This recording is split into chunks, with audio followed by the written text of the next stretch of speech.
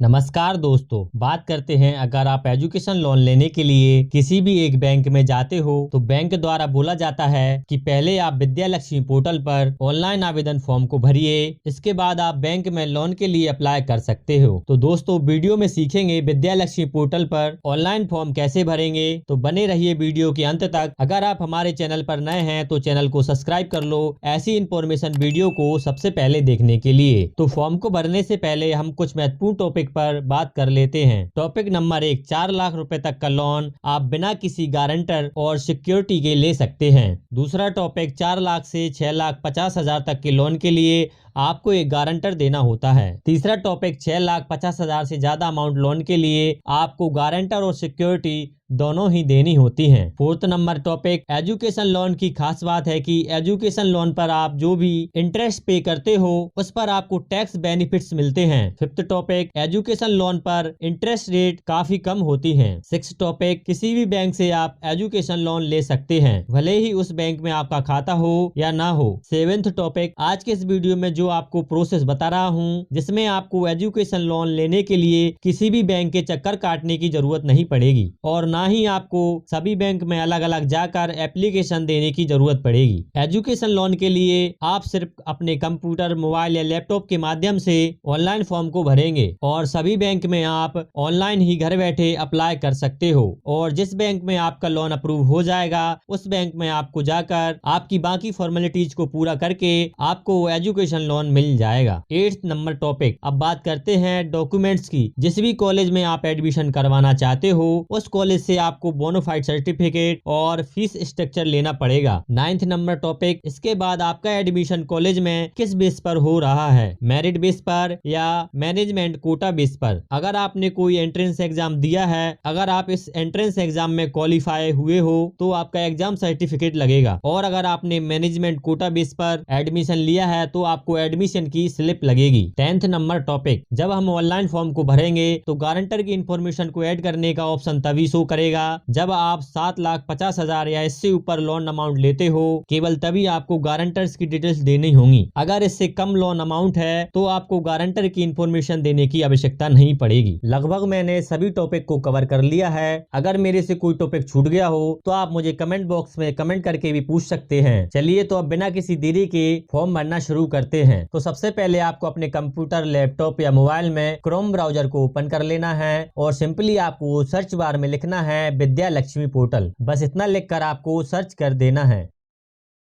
अब इसके बाद यहाँ पर जो फर्स्ट साइट खुली है www.vidyalakshmi.co.in, सिंपली आपको इस पर क्लिक कर देना है। इस पर क्लिक करते ही हमारे सामने विद्या लक्ष्मी पोर्टल की ऑफिशियल वेबसाइट खुलकर आ जाएगी। इसके बाद थोड़ा सा स्क्रॉल करके नीचे आना है और यहाँ पर देख सकते हैं विद्या लक्ष्मी पोर्टल पर 43 बैंक रजिस्टर्ड हैं और विद्या लक्ष्मी पोर्टल के अंतर्गत जो लोन की स्कीम चल रही है वह 137 स्कीम है। अब इसके बाद आपको ऊपर राइट साइड कोने में आ जाना है और यहाँ पर दो ऑप्शन आ रहे हैं, रजिस्टर और लॉगिन। अगर आप विद्या लक्ष्मी पोर्टल पर पहले से रजिस्टर कर लिया है तो सिंपली आपको लॉगिन बटन पर आना है और ID पासवर्ड डालकर लॉगिन कर लेना है। तो चलिए, हम तो यहाँ पर फर्स्ट टाइम ही लोन के लिए अप्लाई कर रहे हैं तो सिंपली हम रजिस्टर बटन पर क्लिक करेंगे। अब इसके बाद यहाँ पर एक पॉपअप मैसेज आ गया है, इसको सिंपली आपको ओके कर देना है। इसके बाद थोड़ा सा स्क्रॉल करके नीचे आना है और यहाँ पर आपको रजिस्टर कर लेना है। यहाँ पर डिटेल्स को फिल करने से पहले मैं आपको एक चीज बता दूं, यहाँ पर आपको 10th मार्कशीट के अनुसार ही डिटेल्स को फिल करना है। सबसे पहले आपको यहाँ पर टाइटल सिलेक्ट करना है, शहरों पर क्लिक करके मिस्टर, मिसेस किसके लिए आप लोन के लिए अप्लाई कर रहे हो। तो चलिए, मैं तो यहाँ पर अपने ब्रदर के लिए लोन अप्लाई कर रहा हूँ तो मैं यहाँ पर मिस्टर को सिलेक्ट कर लेता हूँ। इसके बाद आपको यहाँ पर 10th मार्कशीट के अनुसार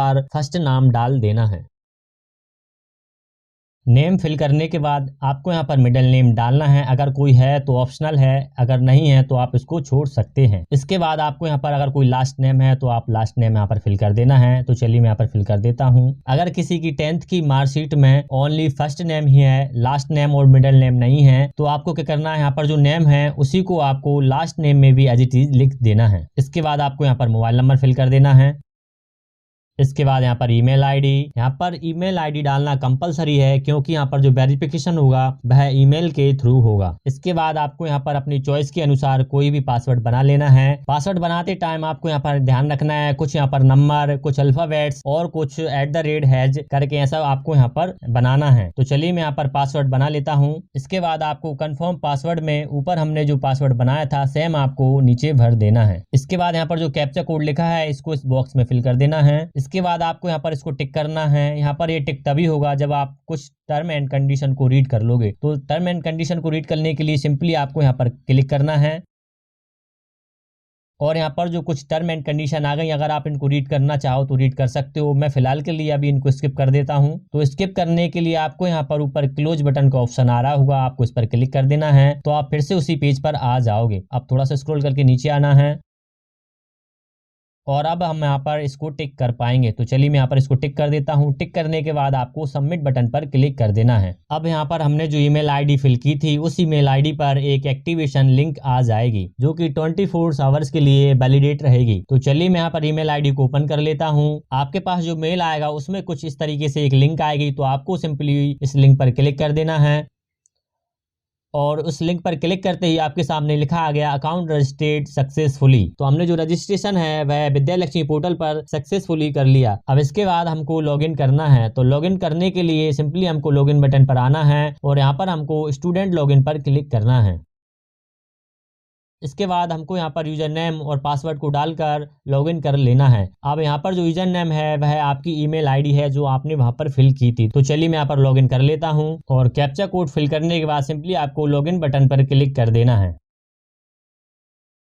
लॉगिन करने के बाद हमारे सामने कुछ इस तरीके से इंटरफेस खुलकर आ जाएगा। अब आपको लोन को अप्लाई करने के लिए यहाँ पर आना है, लिखा है लोन एप्लीकेशन फॉर्म। तो सिंपली आपको इस पर क्लिक कर देना है। उस पर क्लिक करने के बाद सबसे पहले हमारे सामने एक इंस्ट्रक्शन पेज खुल जाएगा। अगर आप इसको रीड करना चाहो तो रीड कर सकते हो। इसमें इंस्ट्रक्शन दिए हुए हैं कि किस तरीके से फॉर्म को भरना है 1 बाय 1 करके। तो चलिए फिलहाल के लिए मैं इसको स्किप कर देता हूँ। स्किप करने के लिए आपको सिंपली नेक्स्ट बटन पर क्लिक करना है। अब इसके बाद यहाँ पर जो फर्स्ट ऑप्शन है are you pursuing higher student in India, इसका मतलब है अगर आप इंडिया के लिए एजुकेशन लोन ले रहे हो तो आपको इस पर क्लिक करना है और अगर आप एब्रॉड यानी कि विदेश के लिए एजुकेशन लोन ले रहे हो तो आपको नो पर क्लिक करना है। हम यहाँ पर जो लोन ले रहे हैं वह इंडिया के लिए ले रहे हैं तो हम यहाँ पर इस पर क्लिक कर देते हैं। यहाँ पर मैं आपको इम्पोर्टेंट बात बता दूं, एजुकेशन लोन है केवल हायर एजुकेशन के लिए ही दिया जाता है। यह 11th या 12th के लिए एजुकेशन लोन नहीं दिया जाता। इसके बाद सेकंड जो ऑप्शन है is your parental income up to RS 4,50,000 per annum. अगर आपके माता पिता की वार्षिक आय 4.5 लाख तक है तो आपको इस पर क्लिक करना है। अगर 4.5 लाख से ज्यादा है तो आपको नो पर क्लिक करना है। तो चलिए मैं यहाँ पर जिनका फॉर्म भर रहा हूँ उनका जो पर एनम इनकम है वह 4.5 लाख से कम है। तो चलिए मैं यहाँ पर इस पर क्लिक कर लेता हूँ। इसके बाद जितनी भी उनकी वार्षिक आय है वो आपको यहाँ पर लिख देना है। अब इसके बाद जो ऑप्शन है टेक्निकल कोर्स इन NBA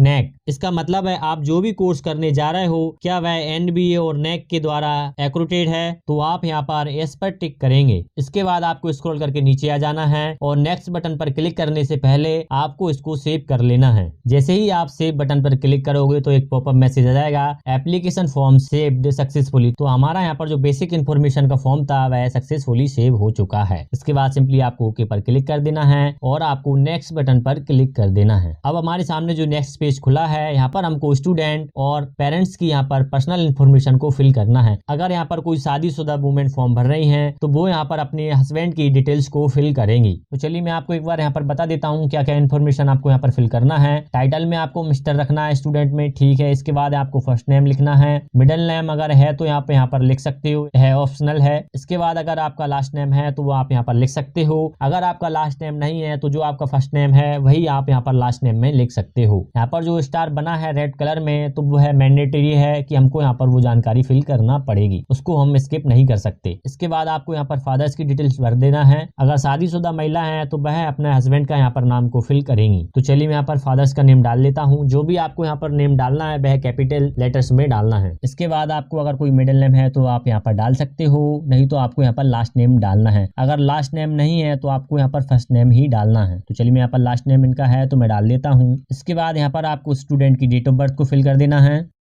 यहाँ पर एक कैलेंडर का ऑप्शन आ गया, इसमें आपको ईयर सिलेक्ट कर लेना है। यहाँ पर मैं सिक्योरिटी रीजन के लिए चीजों को ब्लर कर रहा हूँ। इसके बाद स्क्रॉल करके थोड़ा सा नीचे आ जाना है। कैटेगरी में आपको जो भी कैटेगरी है ST SC OBC वो आपको यहाँ पर सिलेक्ट कर लेना है। इसके बाद आपको यहाँ पर जेंडर सिलेक्ट कर लेना है, मेल फीमेल। इसके बाद आपको यहाँ पर मैरिटल स्टेटस सिलेक्ट कर लेना है, अनमैरिड है कि मैरिड है। तो चलिए यहाँ पर ये अभी सिंगल ही है। अब आपको यहाँ पर एजुकेशन क्वालिफिकेशन डालना है। अगर आप ग्रेजुएशन के लिए लोन ले रहे हो तो आपको यहाँ पर 12 डालना है, और अगर पोस्ट ग्रेजुएशन के लिए लोन ले रहे हो तो जिस भी स्ट्रीम में आपने ग्रेजुएशन की है वह आपको यहाँ पर डाल देना है। BCom BA या BSc जो भी आपने किया हो वो आपको यहाँ पर डाल देना है। तो चलिए यहाँ पर मैं जिनका फॉर्म भर रहा हूँ वह ग्रेजुएशन के लिए लोन ले रहे हैं, तो चलिए यहाँ पर मैं 12th डाल देता हूँ। इसके बाद आपको यहाँ पर 12th में जितना भी परसेंटेज बना है वो आपको यहाँ पर लिख देना है। इसके बाद आपको यहाँ पर ऑक्यूपेशन को सिलेक्ट कर लेना है। तो चलिए मैं यहाँ पर सिलेक्ट कर लेता हूँ। अभी फिलहाल के लिए स्टूडेंट है, तो चलिए मैं यहाँ पर स्टूडेंट को सिलेक्ट कर लेता हूँ। इसके बाद आपको स्क्रॉल करके थोड़ा सा नीचे आ जाना है, और अब यहाँ पर लिखा है इनकम फॉर ऑल सोर्सेज। तो अभी यहाँ पर जो स्टूडेंट हैं तो इसलिए इनकी जो इनकम है अभी 0 है, अभी है कोई जॉब नहीं कर रहे हैं। अगर आप कोई पार्ट टाइम जॉब कर रहे हो एनुअल इनकम को यहाँ पर आप डाल सकते हो। तो चलिए मैं यहाँ पर फिलहाल के लिए आपको खाली छोड़ देता हूँ। इसके बाद आपको यहाँ पर पैन नंबर को फिल कर देना है। इसके बाद यहाँ पर स्टेट, तो आपका जो भी स्टेट है वो आपको यहाँ पर सिलेक्ट कर लेना है। इसके बाद आपको यहाँ पर जो एड्रेस भरना है वह आधार कार्ड के अनुसार एड्रेस भरना है। जो भी आपका एड्रेस है वो आपको यहाँ पर एड्रेस को फिल कर देना है। तो चलिए मैं यहाँ पर एड्रेस को फिल कर देता हूँ। इसके बाद आपको यहाँ पर डिस्ट्रिक्ट को सिलेक्ट कर लेना है। तो चलिए मैं यहाँ पर जो भी आपका डिस्ट्रिक्ट है वो मैं यहाँ पर सिलेक्ट कर लेता हूँ। इसके बाद आपको यहाँ पर पिन डाल देना है। अब यहाँ पर हमने जो स्टूडेंट की डिटेल्स है वह सक्सेसफुली भर ली है। इसके बाद हमको पेरेंट्स की डिटेल्स को भरना है। तो चलिए मैं यहाँ पर पेरेंट्स की डिटेल्स को जल्दी भर लेता हूँ। तो चलिए मैंने यहाँ पर जो पेरेंट्स की डिटेल्स है और स्टूडेंट की डिटेल्स है दोनों डिटेल्स को सक्सेसफुली यहाँ पर मैंने भर दिया है। इसके बाद आपको फिर से सेव बटन पर क्लिक करना है, और सेव बटन पर क्लिक करते ही फिर से एक पॉपअप मैसेज आ जाएगा, एप्लीकेशन फॉर्म सेव्ड सक्सेसफुली। तो इसको हमको ओके कर देना है, और फिर से हमको नेक्स्ट बटन पर क्लिक करके आगे वाले पेज पर आ जाना है। तो चलिए यहाँ पर हम नेक्स्ट पेज पर आ गए हैं। अब हमको यहाँ पर बैंक्स की डिटेल्स को भरना होगा, स्टूडेंट्स और पेरेंट्स की। तो ब्रांच का IFSC कोड आपको यहाँ पर सर्च करना पड़ेगा। तो सर्च करने के लिए आपको क्लिक हेयर का एक ऑप्शन आ रहा है, इस पर आपको क्लिक कर देना है, और यहाँ पर ऑप्शन खुल जाएगा बैंक का नेम। जिस भी बैंक में आपका खाता है उस बैंक का आपको यहाँ पर नाम डाल देना है, और जिस भी शहर में आपका खाता है उस वो डाल देना है। फिर इसके बाद ब्रांच में आपका जो नाम है वो डाल देना है, और इसके बाद IFSC कोड। डिटेल्स को फिल करने के बाद सिंपली आपको सर्च बटन पर क्लिक कर देना है। अभी जब हमने यहाँ पर फुल डिटेल्स को, बैंक का नाम, सिटी, ब्रांच नेम और IFSC कोड को फिल कर जब हमने सर्च बटन पर क्लिक किया तो आपने देखा होगा यहाँ पर नो रिकॉर्ड फाउंड बता रहा था। अगर आपके में भी ऐसा नो रिकॉर्ड फाउंड बताया तो आपको सिंपली क्या कर देना है, ओनली आपको यहाँ पर IFSC कोड को फिल करना है, और बाकी की इन तीनों कॉलम को आपको ब्लैंक रखना है। तो चलिए हम यहाँ पर सर्च पर क्लिक करते हैं। तो सर्च पर क्लिक करने के बाद देख सकते हैं यहाँ पर जो बैंक का नाम है वो आ गया, और IFSC कोड आ गया, और ब्रांच का नेम आ गया, और यहाँ पर एड्रेस भी आ गया। तो हमारा जिस बैंक में खाता है वह यही बैंक है। तो चलिए मैं यहाँ पर इसको सिलेक्ट कर लेता हूँ। अगर आपके पास भी इसी तरीके की प्रॉब्लम आ रही हो कि आपने यहाँ पर बैंक का नाम, सिटी और ब्रांच नेम डाला हो और सर्च पर क्लिक करते हो तो नो रिकॉर्ड फाउंड बता रहा है, तो आपको इसको स्किप करना है और ओनली आपको IFSC कोड डालकर सर्च करना है। इस तरीके से आपके पास बैंक आ जाएगा। तो आपको यहाँ पर सिलेक्ट बटन पर क्लिक करके इसको सिलेक्ट कर लेना है। इसके बाद चलिए मैं यहाँ पर सबमिट बटन पर क्लिक कर देता हूँ। तो देख सकते हैं यहाँ पर हमारा जो IFSC कोड है वो यहाँ पर आ गया, और यहाँ पर बैंक का नाम भी आ गया, और बैंक ब्रांच भी आ गया, कहाँ पर जो ब्रांच है। इसके बाद आपको अकाउंट टाइप में सिलेक्ट करना है, सेविंग अकाउंट है कि करंट अकाउंट है कि ओवरड्राफ्ट है। तो चलिए यहाँ पर जो इनका अकाउंट है वो सेविंग अकाउंट है। इसके बाद आपको यहाँ पर अकाउंट नंबर को फिल कर लेना है। तो चलिए मैं यहाँ पर अकाउंट नंबर को फिल कर देता हूँ। हमने यहाँ पर स्टूडेंट की बैंक डिटेल्स को फिल कर लिया है। इसके बाद हमको पेरेंट्स की बैंक डिटेल्स को यहाँ पर फिल करना है। तो चलिए मैं यहाँ पर कर लेता हूँ। तो हमने यहाँ पर पेरेंट्स की बैंक डिटेल को भी फिल कर लिया है। इसके बाद यहाँ पर ऑप्शन है डायरेक्ट इनडायरेक्ट लायबिलिटी। इसका मतलब है अगर आपने पहले से कोई लोन ले रखा है किसी भी प्रकार का, तो आपने जितना भी लोन लिया है वो लोन अमाउंट आपको यहाँ पर लिख देना है। अगर आपने नहीं लिया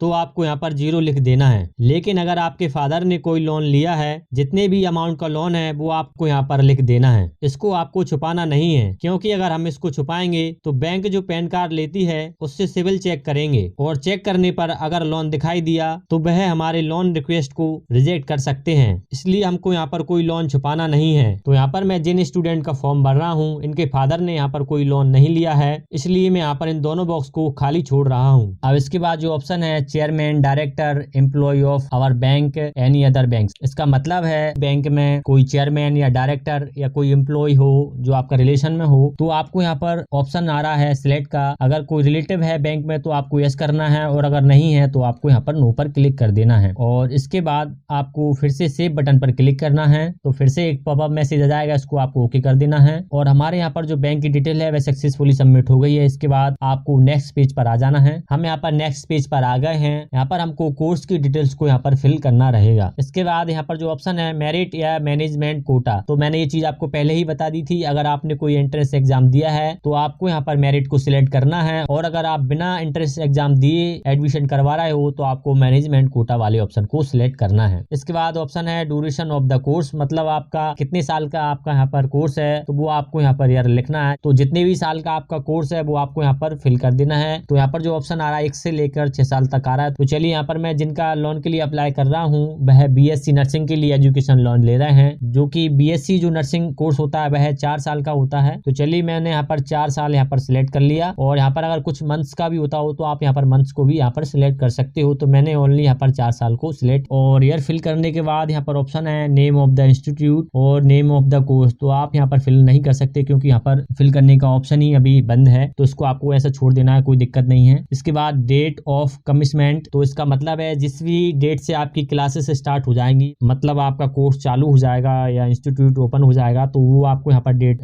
फिल करना है जब से आपका कोर्स स्टार्ट हो जाएगा उस डेट से। इसके बाद जिस डेट को आपका कोर्स कंप्लीट होगा उस डेट को आपको यहाँ पर फिल करना है। तो चलिए मैं यहाँ पर दोनों डेट्स को फिल कर देता हूँ। इसके बाद हमने यहाँ पर डेट फिल कर दी है, स्टार्टिंग डेट और एंड डेट। इसके बाद आपको सेव पर क्लिक कर देना है। सेव पर क्लिक करते ही फिर से वही पॉपअप मैसेज आ जाएगा, तो इसको आपको ओके कर देना है। अब हमको फिर से नेक्स्ट पेज पर आ जाना है। अब हम यहाँ पर नेक्स्ट पेज पर आ गए हैं। अब हमको यहाँ पर जो डिटेल भरनी है कॉस्ट ऑफ फाइनेंस डिटेल्स, मतलब हम बैंक से जो लोन लेने जा रहे हैं उसका हमको वहाँ पर अमाउंट फिल करना है। जैसे कि ट्यूशन फीस कितनी लगेगी हमारी 4 साल के लिए, यहाँ पर देख सकते हैं हमारा 4 साल का कोर्स है तो इसलिए यहाँ पर 4 साल के ही यहाँ पर अलग अलग ईयर का यहाँ पर ऑप्शन आ रहा है यहाँ पर फीस को भरने का। कॉलेज में जाना है वहां से एक फीस का स्ट्रक्चर लेना है, उसके अनुसार आपको यहाँ पर डिटेल्स भरना है। ट्यूशन फीस कितनी लगेगी 4 साल तक, एग्जाम फीस क्या रहेगी, इसके बाद बुक्स स्टेशनरी का क्या खर्चा रहेगा आपको वो आपको यहाँ पर फिल कर सकते हो। अगर आप कोई कंप्यूटर या लैपटॉप लेने चाहते हो तो आप यहाँ पर पहले साल के लिए आप यहाँ पर लिख सकते हो अमाउंट की आपका 50,000 या 1 लाख का जो भी आप बजट का आप यहाँ पर कंप्यूटर बाय करना चाहते हो या लैपटॉप बाय करना चाहते हो वो आप यहाँ पर डाल सकते हो। इसके बाद अगर आप हॉस्टल में रहते हो या आप सोच रहे हो हॉस्टल में अलग से रहने की, तो आप यहाँ पर हॉस्टल के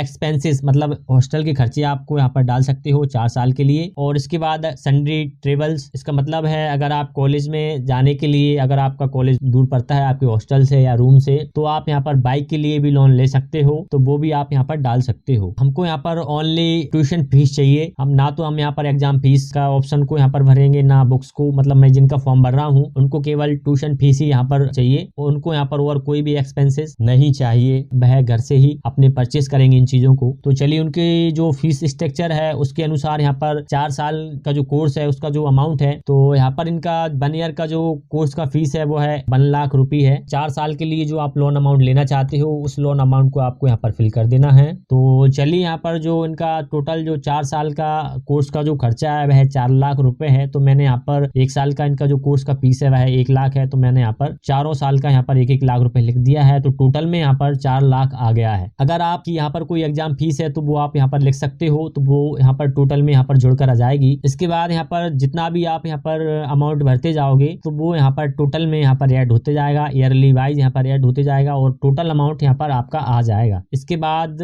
अब यहाँ पर आ गया ऑन सोर्स स्कॉलरशिप, मतलब आप जो कोर्स कर रहे हो उससे आपको 1 ईयर में कितना स्कॉलरशिप मिलने वाला है वो आपको यहाँ पर फिल कर देना है। तो चलिए मैं यहाँ पर स्कॉलरशिप की जो डिटेल्स है मैं भर देता हूँ, ईयरली वाइज उनको जो स्कॉलरशिप है वह कितनी मिलेगी ये आपको कॉलेज में पता कर लेना है। यहाँ पर आपको अपने मन से अपने अनुमान से यहाँ पर आपको यह नहीं डालना है। और यहाँ पर जो इनकी स्कॉलरशिप है वह टोटल 4 साल में 1,20,000 आएगी और इनका यहाँ पर टोटल जो लोन अमाउंट था वह 4 लाख रुपए था। तो यहाँ पर इसमें से जो माइनस हो जाएगा तो यहाँ पर 2,80,000 रुपए यहाँ पर हमारा लोन अमाउंट आ जाएगा। मतलब हमको जो लोन की आवश्यकता है वह ईयरली वाइज 70,000 रुपए है। अगर आपको कोई स्कॉलरशिप नहीं मिलती तो आप यहाँ पर ब्लैंक छोड़ सकते हो, तो आपको 4 लाख रुपए का लोन मिल जाएगा। और अगर आप यहाँ पर स्कॉलरशिप को फिल करते हो डालते हो तो आपका जो टोटल लोन अमाउंट है उसमें से स्कॉलरशिप आपकी माइनस हो जाएगी और टोटल आपको लोन यहाँ पर जो दिख जाएगा कितना लोन अमाउंट आपको मिलेगा। इसके बाद यहाँ पर ऑप्शन आ गया कि आपका जो लोन का जो रीपेमेंट है वह किस तरीके से करेंगे। तो इसके बाद यहाँ पर लिखा है नंबर ऑफ इंस्टॉलमेंट, मतलब आप कितनी किस्तों में इस लोन के अमाउंट को जमा करोगे। और यहाँ पर लिखा है पर मंथ, मतलब आप इस अमाउंट को पर मंथ आप कितना पे करोगे। अब मैं आपको यहाँ पर एक चीज बता दूं, यहाँ पर जो आपको लोन का जो रिपेमेंट है अपने कोर्स के खत्म होने के बाद का टाइम रहता है और 1 साल इसके लिए अलग से मिलता है। मतलब हमारा 4 साल का कोर्स है तो हमको 4 साल तक तो ये लोन नहीं भरना है, इसके बाद हमको 1 साल और अलग से दिया जाता है। तो इस तरीके से हमको 5 साल मिलते हैं। 5 साल बाद हम इस लोन को भर सकते हैं। तो उस लोन को हम किस तरीके से भरेंगे, कितने मंथ्स में हम इस लोन को कंप्लीट करेंगे और कितने अमाउंट में इस लोन को हम कंप्लीट करेंगे, वो हमको यहाँ पर डिटेल यहाँ पर डाल देना है। यहाँ पर मैं आपको एक और महत्वपूर्ण बात बता दूं, जो हम एजुकेशन लोन ले रहे हैं इस पर इंटरेस्ट रेट भी लगेगा, जो कि अलग अलग बैंकों पर डिपेंड करता है कि वह एजुकेशन लोन में कितना इंटरेस्ट चार्ज कर रही हैं। इंटरेस्ट की बात करें तो आपको यहाँ पर जो फर्स्ट टाइम आपका जो लोन अप्रूव हो जाएगा और लोन अप्रूव होने के बाद आपका जो यूनिवर्सिटी के बैंक अकाउंट में जिस डेट को अमाउंट आएगा, आपका जो फीस आ जाएगी, उसी डेट से आपका जो इंटरेस्ट रेट है वह लगना चालू हो जाएगा, मतलब ब्याज लगना चालू हो जाएगा आपके लोन अमाउंट पर। यहाँ पर एक बेनिफिट्स यह है, अगर आप कोर्स के ड्यूरेशन के टाइम पर लोन अमाउंट का इंटरेस्ट को पे करते जाते हो तो आपको यहाँ पर सब्सिडी के तौर पर कुछ % की छूट मिल जाएगी, जो कि आप बैंक में पता कर सकते हो। अब यहाँ पर जो मंथ्स का कैलकुलेशन है और यहाँ पर अमाउंट का जो कैलकुलेशन है, इसमें आप कंफ्यूज हो गए, तो इसलिए चलिए मैं बता देता हूँ आप किस तरीके से इस लोन का रीपेमेंट करेंगे और किस तरीके से यहाँ पर मंथ्स को सिलेक्ट करेंगे। यह फिक्स नहीं हो सकता, यह तो बैंक के द्वारा ही फिक्स किया जाएगा कि आपको कितनी मंथ्स में इसको पे करना रहेगा और कितना % का आपका ब्याज रहेगा, वो डिपेंड ऑन बैंक पर रहेगा। यहाँ पर आप अप्रोक्सीमेट कुछ भी मतलब डाल सकते हो, क्लियर नहीं हो सकता, आप मिलता जुलता कुछ भी यहाँ पर थोड़ा सा डाल सकते हो, ऊपर नीचे हो सकता है, कोई दिक्कत नहीं है। तो इसके लिए चलिए मैं यहाँ पर एक EMI कैलकुलेटर के जरिए मैं आपको बता देता हूँ कि किस तरीके से आपको यहाँ पर फिल करना रहेगा। इसके लिए आपको सिंपली एक न्यू टैब ओपन कर लेना है और आपको यहाँ पर लिख देना है एजुकेशन लोन EMI कैलकुलेटर। तो सिंपली आपको यहाँ पर सर्च कर लेना है। इसके बाद यहाँ पर जो देख सकते हैं आप, यहाँ पर एक्सिस बैंक का, ग्रो का ऑप्शन आ रहा है और बैंक ऑफ बड़ौदा का आ रहा है। तो चलिए मैं यहाँ पर बैंक ऑफ बड़ौदा वाले को यहाँ पर सिलेक्ट कर लेता हूँ। आपको कोई भी एक EMI लोन कैलकुलेटर यहाँ पर ओपन कर लेना है। अब इसके बाद यहाँ पर अमाउंट आ रहा है, तो चलिए मैं यहाँ पर अमाउंट को यहाँ पर मैं लिख लेता हूँ, फिल कर लेता हूँ। यहाँ पर आप इस कर्सर के थ्रू भी आप अमाउंट को यहाँ पर कर सकते हो और अगर आप यहाँ पर मैन्युअली फिल करना चाहते हो तो चलिए मैं यहाँ पर मैन्युअली लिख देता हूँ। हमारा जो अमाउंट है वह 2,80,000 रुपए है। इसके बाद रेट ऑफ इंटरेस्ट, तो यहाँ पर जो एजुकेशन लोन है वह आपको बैंक से पता कर लेना है। तो फिलहाल के लिए मैं यहाँ पर एजुकेशन लोन का जो इंटरेस्ट रेट है वह 8.40% का इंटरेस्ट रेट यहाँ पर जो पर एनम रहता है, ये मंथली नहीं रहता, ये ईयरली वाइज रहता है। तो यहाँ पर आप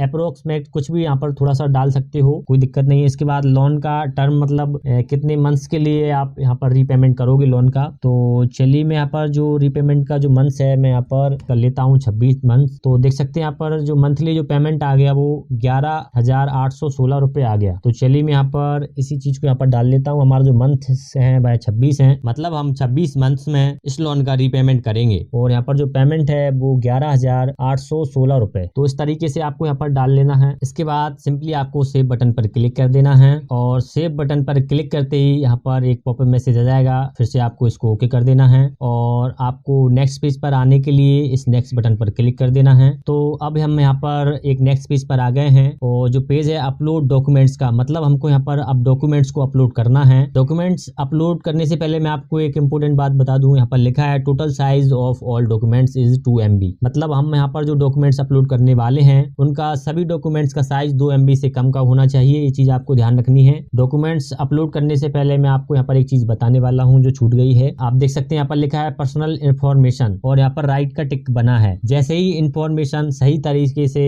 सक्सेसफुली सेव होती जाएगी उस तरीके से यहाँ पर राइट का टिक बनता आते जाएगा। और यहाँ पर कहीं पर भी आप कोई डिटेल्स भूल गए हो तो वहां पर एक क्रॉस का निशान बन जाएगा। जैसा कि आप यहाँ पर देख सकते हैं बेसिक इन्फॉर्मेशन में हमसे यहाँ पर कोई चीज छूट गई है, इसलिए यहाँ पर क्रॉस का आइकन बना हुआ आ रहा है। तो यहाँ पर जो चारों में हमने सही तरीके से डिटेल्स को फिल कर लिया है, इसलिए यहाँ पर राइट का टिक बना हुआ है। तो बेसिक इन्फॉर्मेशन में हमसे क्या छूटा है, इसको ठीक करने के लिए फिर से हमको इस पर आ जाना है। क्लिक कर देंगे तो आप यहाँ पर आ जाओगे और यहाँ पर हमसे जो चीज छूटी है इंस्टीट्यूट डिटेल्स आर मैंडेटरी, मतलब यहाँ पर इसको यस को सिलेक्ट करने के बाद आपको यहाँ पर इंस्टीट्यूट का सिलेक्शन करना रहेगा। तो वो करने के लिए आपको यहाँ पर लिखा है click here for institute details, तो आपको यहाँ पर क्लिक हियर पर क्लिक करना है। तो आपके सामने एक न्यू विंडो खुल जाएगा, मतलब न्यू पेज खुल जाएगा। इसके बाद सिलेक्ट कंट्री में तो आपको इंडिया रहने देना है, क्योंकि अगर आप फॉरेन कंट्री के लिए जा रहे हो पर ऑप्शन आ जाएगा जो भी कंट्री आप सिलेक्ट करना चाहते हो। इसके बाद जिस भी स्टेट में आपका इंस्टीट्यूट है वो स्टेट आपको यहाँ पर सिलेक्ट कर लेना है। स्टेट सिलेक्ट करने के बाद आपको नेम ऑफ इंस्टीट्यूट यहाँ पर फिल कर देना है और नेम ऑफ इंस्टीट्यूट फिल करने के बाद आपको सर्च बटन पर क्लिक कर देना है।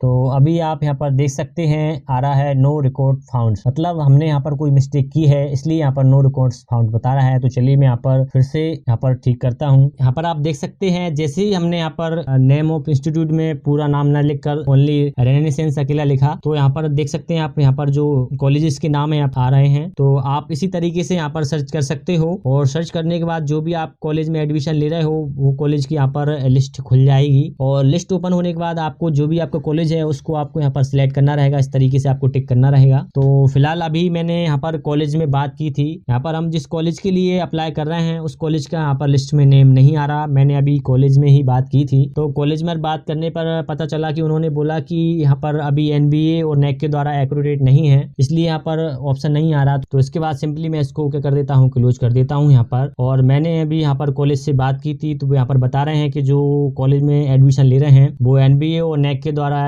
एक्यूरेट नहीं है, तो इसलिए आप नो पर सिलेक्ट कर सकते हैं। उन्होंने कहा कि नो पर सिलेक्ट करने के बाद भी आपको जो लोन है वह अप्रूव हो जाएगा बैंक से, तो इसमें आपको डरने वाली बात नहीं है। आप भी अगर आपका कॉलेज यहाँ पर ड्रॉप डाउन में सर्च नहीं हो रहा तो आप भी इस पर नो पर सिलेक्ट कर सकते हैं, या तो आप अपने कॉलेज में बात कर सकते हैं कि NBA और NAC के द्वारा एक्यूरेटेड है या नहीं। तो चलिए इसके बाद फिर से हमको इसको सेव करना रहेगा। तो हमारी जो डिटेल्स है वह बेसिक इन्फॉर्मेशन में सक्सेसफुली सबमिट हो गई है। इसके बाद आपको अपलोड डॉक्यूमेंट्स वाले ऑप्शन पर आ जाना है, लास्ट वाले पर। अब यहाँ पर हमको डॉक्यूमेंट्स अपलोड करना है, तो मैं आपको बता देता हूँ यहाँ पर क्या क्या डॉक्यूमेंट्स को आपको अपलोड करना है। सबसे पहले आपको यहाँ पर लिखा है मार्कशीट, जो यहाँ पर स्टार बना है तो इसको ये कंपलसरी है, आपको यहाँ पर इसको अपलोड फाइल को करना रहेगा। अगर आप ग्रेजुएशन के लिए यहाँ पर एजुकेशन लोन ले रहे हो तो आपको यहाँ पर 12th की मार्कशीट को PDF फॉर्मेट में अपलोड करना रहेगी। और अगर आप पोस्ट ग्रेजुएशन के लिए यहाँ पर लोन ले रहे हो तो आपको ग्रेजुएशन की मार्कशीट की आपको यहाँ पर PDF फाइल को अपलोड करना पड़ेगा। इसके बाद यहाँ पर ऑप्शन है proof of admission of the course. जिस भी कॉलेज में आप एडमिशन ले रहे हो आपने फीस के तौर पर कुछ अमाउंट जमा किया होगा, कैश अमाउंट, तो आप यहाँ पर फीस की स्लिप को अपलोड कर सकते हो। अपलोड करने के लिए आपको क्या करना है, सिंपली आपको मैं एक बार अपलोड करके दिखा देता हूँ। जैसे मार्कशीट को हम यहाँ पर अपलोड करते हैं तो चूज ये फाइल पर आपको क्लिक करना है और जहाँ पर भी आपकी 12th की मार्कशीट सेव है उसको आपको सिलेक्ट कर लेना है और ओपन पर क्लिक कर देना है। ओपन पर क्लिक करने के बाद आपको अपलोड वाले बटन पर क्लिक करना है।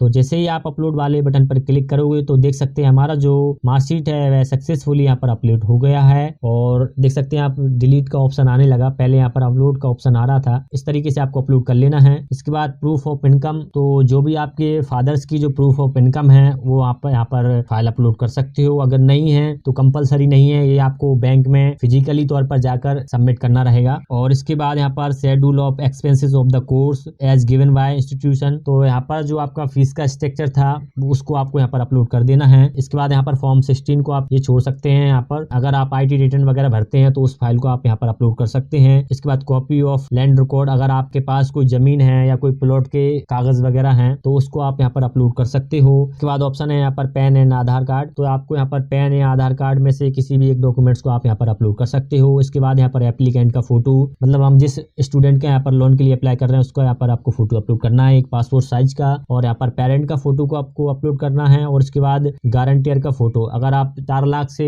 ऊपर का लोन लेते हो जैसे कि मैंने आपको पहले बताया था, तो आप यहाँ पर गारंटर का फोटो आप यहाँ पर अपलोड कर सकते हो। अगर आप 4 लाख से तक का या 4 लाख से कम का लोन अमाउंट लेते हो तो आपको यहाँ पर गारंटर की कोई रिक्वायरमेंट नहीं है, बिना गारंटर के आपको लोन मिल जाएगा। तो चलिए यहाँ पर जो भी डॉक्यूमेंट्स है मेरे पास अवेलेबल मैं उनको यहाँ पर अपलोड कर लेता हूँ। अगर कोई डॉक्यूमेंट्स रह जाता है तो आप फिजिकली तौर पर बैंक में जाकर भी आप दे सकते हो। तो चलिए मैं यहाँ पर डॉक्यूमेंट्स को अपलोड कर लेता हूँ। इसके बाद हमने यहाँ पर सक्सेसफुली जो डॉक्यूमेंट्स हमारे पास थे उनको हमने यहाँ पर अपलोड कर दिया। तो डॉक्यूमेंट्स अपलोड करने के बाद सिंपली आपको यहाँ पर कुछ टर्म एंड कंडीशन दिए हुए हैं, इनको आपको रीड कर लेना है। यहाँ पर जब आप इस पर टिक पर क्लिक करोगे तो एक एरर्स का मैसेज आ जाएगा। तो सबसे पहले आपको यहाँ पर टर्म एंड कंडीशन वाले सेक्शन पर क्लिक करना रहेगा। फिर से आपके सामने वही टर्म एंड कंडीशन वाला एक पेज खुल जाएगा, तो आपको इसको रीड करना चाहते हो तो कर सकते हो। मैं फिलहाल के लिए इसको स्किप कर रहा हूँ, तो क्लोज पर क्लिक कर देता हूँ। और इसके बाद आपको इसको टिक करके और सेव वाले बटन पर क्लिक कर देना है। और सेव बटन पर क्लिक करने के बाद यहाँ पर ऑप्शन आ रहा है submit the form, please accept the declaration और documents upload and submit the form. तो यहाँ पर अभी कुछ हमसे छूट गया है, तो चलिए हम चेक कर लेते हैं। यहाँ पर कोर्स डिटेल्स में, हाँ यहाँ पर आप देख सकते हैं नेम ऑफ द इंस्टीट्यूशन, हमने यहाँ पर इसको स्किप कर दिया था, तो इसको हमको यहाँ पर इंस्टीट्यूट का हमको यहाँ पर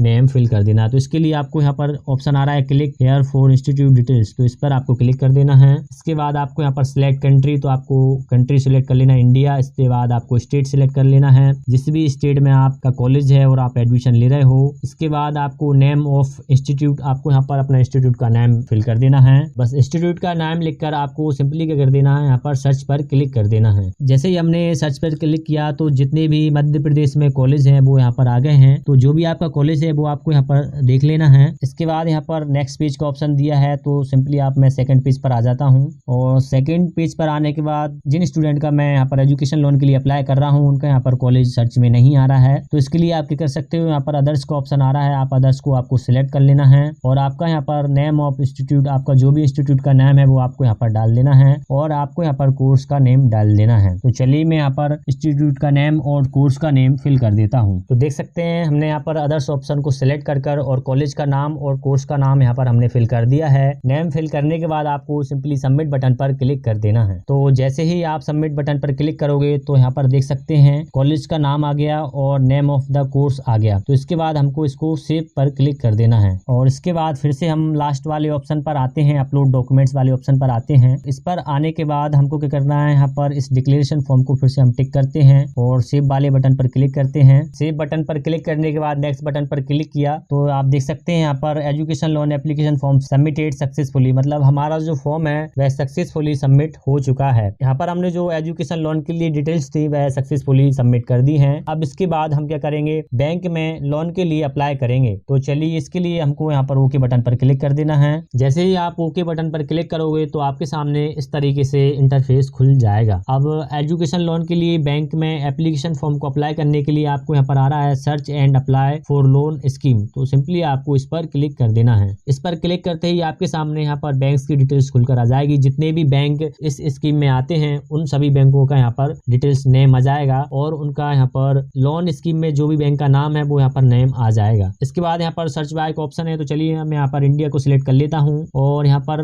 जो हम लोन ले रहे हैं वह ग्रेजुएशन के लिए ले रहे हैं या पोस्ट ग्रेजुएशन के लिए ले रहे हैं कि या कोई प्रोफेशनल कोर्स है अंडर ग्रेजुएशन के लिए ले रहे हैं, तो मैं इसको सिलेक्ट कर लेता हूँ। इसके बाद यहाँ पर जो हमारा लोन है 4 लाख तक है या 4 लाख से कम है तो आपको फर्स्ट वाला सिलेक्ट कर लेना है। 4 लाख से ज्यादा है 7.5 लाख तक तो आपको सेकंड सिलेक्ट कर लेना है और 7.5 लाख से ऊपर है तो आपको थर्ड वाले ऑप्शन को सिलेक्ट कर लेना है। तो चलिए मैं यहाँ पर फर्स्ट वाले ऑप्शन को सिलेक्ट कर लेता हूँ और सिंपली सर्च बटन पर क्लिक कर देता हूँ। तो जो भी 4 लाख तक का लोन देने के लिए तैयार होंगे वो बैंक यहाँ पर आ जाएंगे। तो चलिए मैं यहाँ पर जिस भी बैंक के लिए लोन अप्लाई करना चाहता हूँ तो मैं यहाँ पर उस पर क्लिक कर लेता हूँ। नेक्स्ट पर क्लिक करके आप जो भी बैंक को सर्च करना चाहते हो वो आप यहाँ पर ढूंढ सकते हो और यहाँ पर सर्च का भी ऑप्शन है। तो चलिए मैं यहाँ पर सर्च कर लेता हूँ। तो हम पंजाब नेशनल बैंक में लोन के लिए अप्लाई करना चाहते हैं तो मैंने यहाँ पर सर्च में पंजाब बैंक लिख दिया। नेम टाइप करने के बाद यहाँ पर ऑप्शन आ रहा है बैंक और आप देख सकते हैं यहाँ पर पंजाब नेशनल बैंक आ रहा है और यहाँ पर लोन स्कीम का नाम लिखा है। जो भी लोन स्कीम के तहत इन बैंकों ने यहाँ पर रजिस्टर करवाया है तो आप किसी भी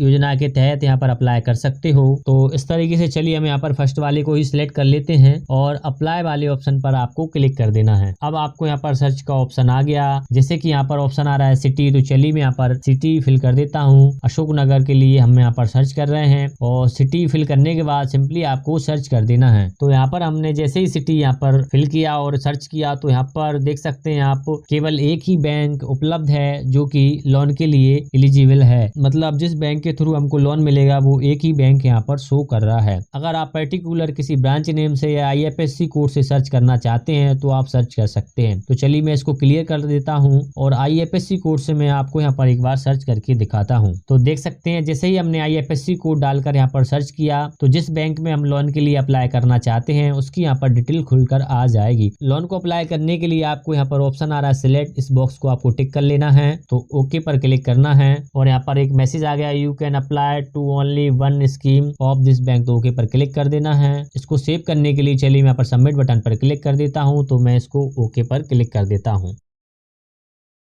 देख सकते हैं यहाँ पर एक पॉपअप मैसेज आ गया कि you have successfully apply to bank, मतलब इस बैंक में लोन के लिए हमने अप्लाई कर दिया है। इसके बाद ओके पर क्लिक कर देना है। यहाँ पर आप मैक्सिमम 3 बैंक में ही लोन के लिए अप्लाई कर सकते हैं, 3 से आप ज्यादा बैंक में लोन के लिए अप्लाई नहीं कर सकते। होम पर आने के बाद यहाँ पर लिखा है एप्लीकेशन स्टेटस, आपको इस पर क्लिक कर देना है। इस पर क्लिक करते ही जिस बैंक में हमने लोन के लिए अप्लाई किया था उस बैंक का यहाँ पर नाम आ रहा है और IFSC कोड आ रहा है और जो हमने लोन अमाउंट अप्लाई किया था वो यहाँ पर लोन अमाउंट आ रहा है। इसके बाद स्टेटस में अभी यहाँ पर सबमिटेड बता रहा है और रीमार्क फ्रॉम बैंक, अभी बैंक की तरफ से फॉर्म पेंडिंग है तो अभी यहाँ पर ब्लैंक आ रहा है इस बॉक्स में। और जैसे ही हमारा ये फॉर्म बैंक की तरफ से अप्रूव कर लिया जाएगा तो यहाँ पर अमाउंट आ जाएगा, जितना भी अमाउंट यहाँ पर बैंक द्वारा एक्सेप्ट कर लिया जाएगा वो अमाउंट यहाँ पर लिखा आ जाएगा। तो इस तरीके से आप स्टेटस चेक कर सकते हैं। यहाँ पर हमने जिस बैंक में लोन के लिए अप्लाई किया है, आपको उस बैंक में 3 से 4 दिन बाद जो हमने एप्लीकेशन फॉर्म भरा है, इस एप्लीकेशन फॉर्म को प्रिंट करने के लिए आपको एप्लीकेशन आईडी वाले सेक्शन में आना है और यहाँ पर जो आईडी नंबर लिखा है इस पर आपको क्लिक कर देना है। इस पर क्लिक करते ही एप्लीकेशन फॉर्म डाउनलोड होने लगेगा। डाउनलोड होने के बाद इस एप्लीकेशन फॉर्म को आपको ओपन कर लेना है। एप्लीकेशन फॉर्म कुछ इस तरीके का रहेगा। इस फॉर्म को प्रिंट करके और लोन से संबंधित डॉक्यूमेंट्स को लेकर आपको बैंक में जाना है और बैंक में जाकर कुछ फॉर्मेलिटीज को पूरा करके अगर आप इस लोन के लिए एलिजिबल होंगे तो आपको यह लोन बैंक द्वारा दे दिया जाएगा। तो फिलहाल आज की इस वीडियो में इतना ही। आशा करता हूँ यह वीडियो आपको पसंद आई होगी। अगर आपको वीडियो में कोई भी टॉपिक समझ में नहीं आ रहा या आप मेरे से कोई अन्य टॉपिक पर बात करना चाहते हो तो आप मुझे कमेंट बॉक्स में कमेंट कर सकते हो। साथ ही मैंने अपने इंस्टाग्राम और फेसबुक पेज का लिंक वीडियो के डिस्क्रिप्शन में दिया है, तो उस लिंक पर क्लिक करके आप मुझे डायरेक्ट मैसेज भी कर सकते हो। तो दोस्तों अगर वीडियो अच्छी लगी हो तो वीडियो को लाइक कर देना, फैमिली फ्रेंड के साथ शेयर कर देना। मिलते हैं किसी ऐसी इन्फॉर्मेशन वीडियो के साथ। Thanks for watching my video. Sign out Ranveer Singh Rajput के साथ।